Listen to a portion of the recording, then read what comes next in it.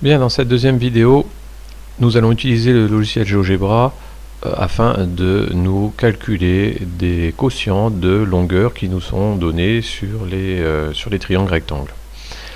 Alors pour cela, on va faire apparaître la fenêtre tableur, donc dans Affichage. Moi j'ai déjà un petit peu commencé le travail.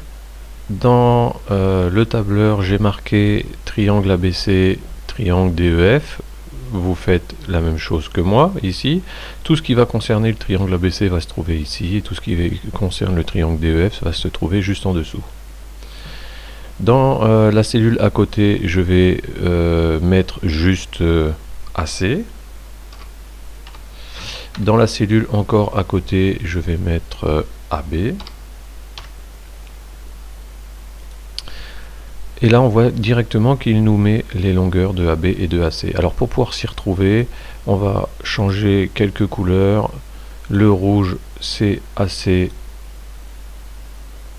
l'autre, on va mettre en bleu. Comme ça, on sait que la valeur en rouge, c'est le côté hypoténuse en rouge et le bleu en bleu.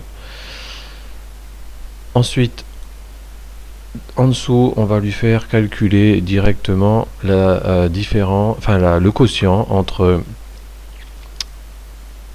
le côté AB et le côté AC. Donc on va lui faire calculer AB divisé par AC. 0,77. Je vous demande de faire la même chose pour le triangle DEF, en mettant les couleurs de la même manière. Je vous retrouve juste après. Voilà, c'est enfin terminé, le tableur est rempli. On remarque que les longueurs sont différentes. D'ailleurs, si je fais bouger mon triangle, les longueurs ici se modifient, ce qui est normal. Et c'est là l'avantage du tableur, c'est que quel que soit le triangle, je peux avoir une infinité de solutions. Il suffit simplement que je fasse bouger les longueurs de mon triangle, que je modifie mon triangle. Par contre, on voit que les longueurs se modifient, mais que ce côté AB sur l'hypoténuse donne toujours le même résultat, ici 0,77. Alors pour voir à quoi correspond ce 0,77, je vous demande de prendre la calculatrice qui est sur le bureau. Voilà, j'ai fait apparaître la calculatrice sur le bureau et je vais lui demander de calculer le cosinus de l'angle qui est donné ici, 39,74.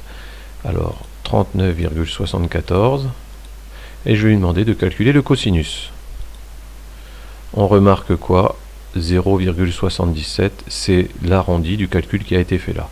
En fait, le cosinus de l'angle qui est marqué sur le triangle rectangle, c'est la division de la longueur du côté bleu sur la longueur de l'hypoténuse.